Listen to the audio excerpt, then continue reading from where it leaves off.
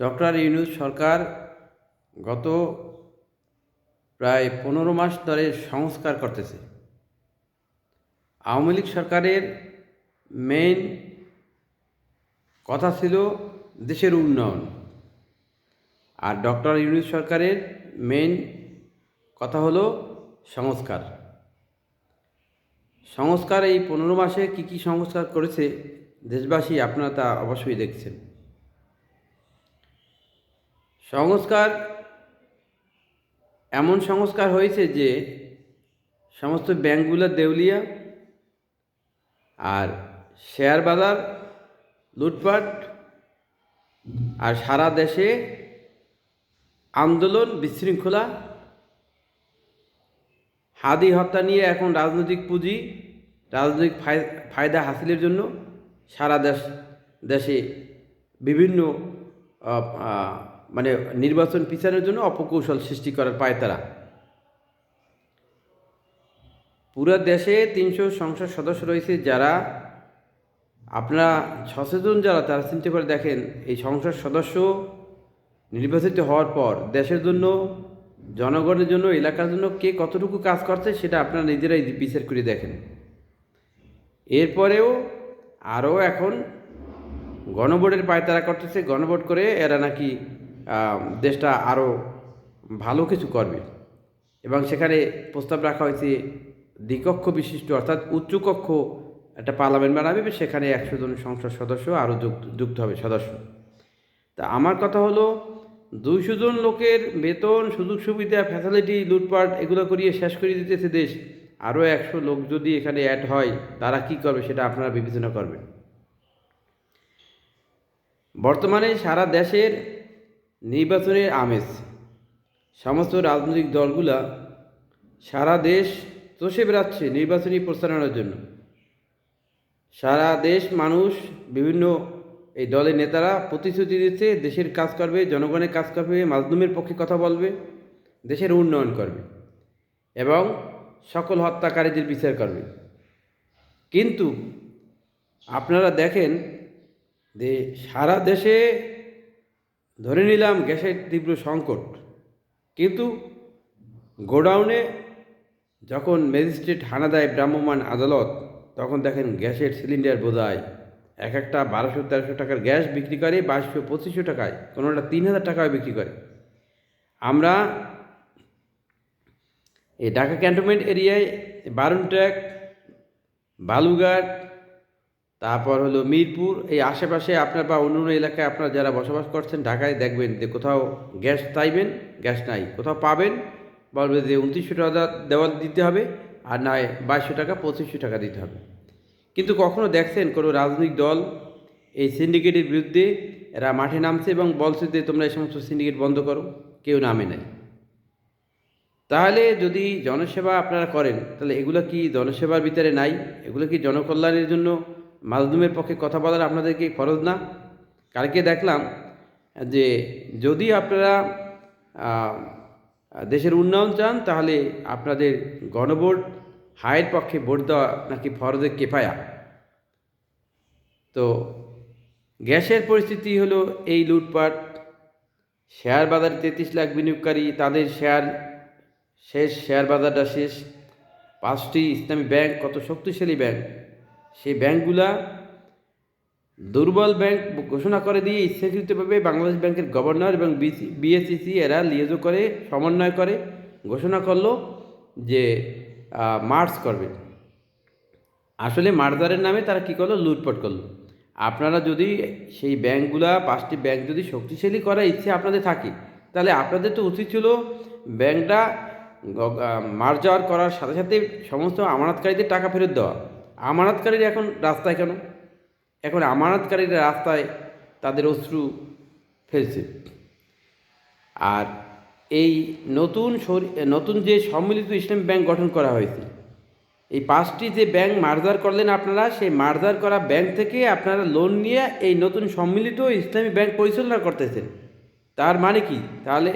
তাহলে এটা অবশ্যই আপনাদের একটা অসৎ উদ্দেশ্য সাধনের জন্য, লুটপাট করার জন্য, এবং কোনো একটা গোষ্ঠীকে আপনারা সেফ এক্সিট দেবার জন্য এই কাজটা করেছেন।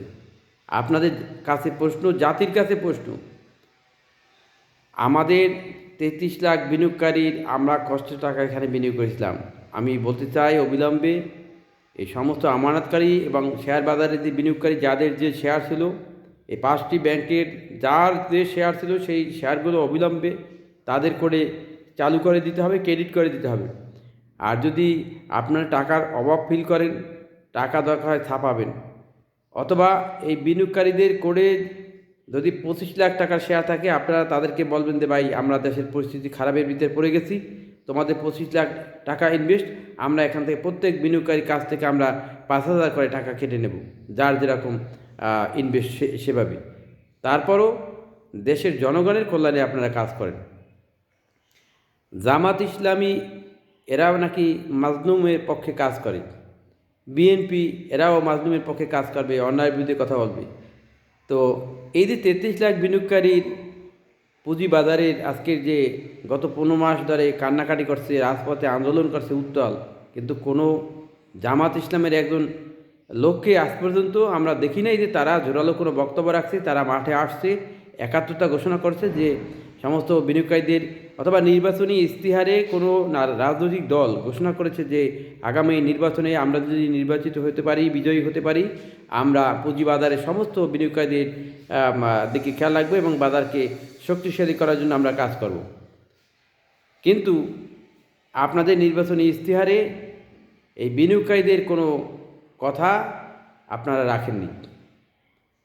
আপনাদের উচিত, আপনারা যদি প্রকৃতপক্ষে দেশের জন্য, জনগণের জন্য কাজ করতে চান, তাহলে দেশের যত লুটপাট আছে এই লুটপাটগুলো বন্ধ করতে হবে। আর আমি মনে করি দেশে যদি সৎ ব্যক্তি শাসন হয়, সে জামাত ইসলাম বলেন, বিএনপি বলেন, আপনারা যেই ক্ষমতায় আসেন, আপনারা ইতিপূর্বে 2টা সরকার থেকে শিক্ষা নেওয়া উচিত ছিল আপনাদের। বা আমি আশা করি বিএনপির জনাব তারেক জিয়া, উনি বর্তমানে বাংলাদেশে আসছেন, অতীতের ইতিহাস থেকে শিক্ষা নেবেন, সামনে গত যে ভুলগুলো তাদের ছিল সেই ভুলগুলো থেকে বেরিয়ে আসবেন।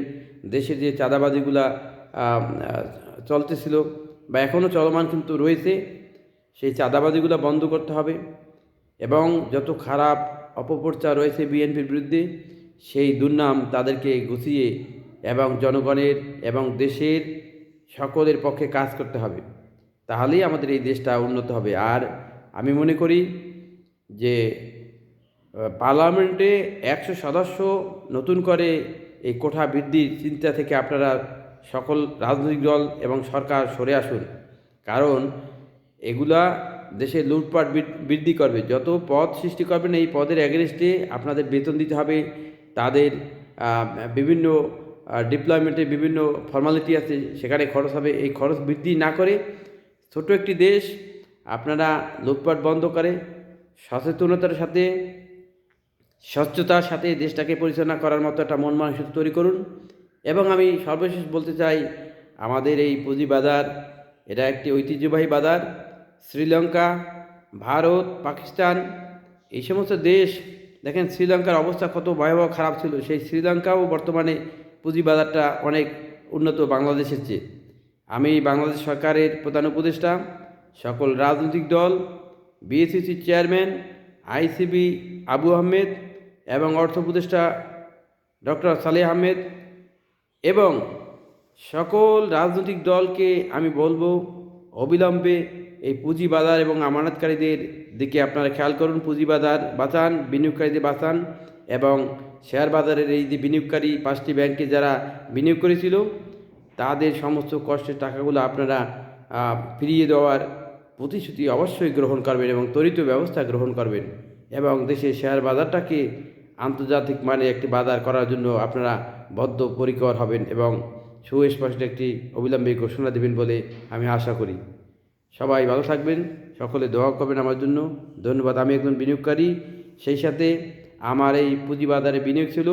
বর্তমানে আমি এখন নিঃস্ব, শুধু আমি একা না, আমার 33 লাখ বিনিয়োগকারী সমস্ত ভাই এবং বোনেরা আজকে তাদের অশ্রু ঝরছে, তাদের ঘরে অভাবে জরাজীর্ণ, অনেকে ঢাকা ছেড়েছে অভাবের জন্য।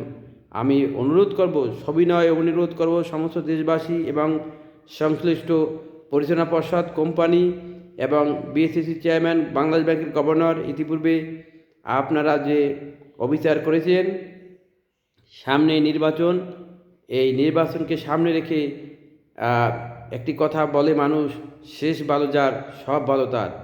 আপনারা বিনিয়োগকারীদের কষ্টের টাকাগুলো ফিরিয়ে দিবেন এবং তাদের চোখের জল আর পড়তে না দিয়ে বাজারটাকে ভালো করবেন, এই প্রত্যাশা রেখে আমি আমার সংক্ষিপ্ত কথা শেষ করছি। আসসালামু আলাইকুম, সকলে ভালো থাকবেন।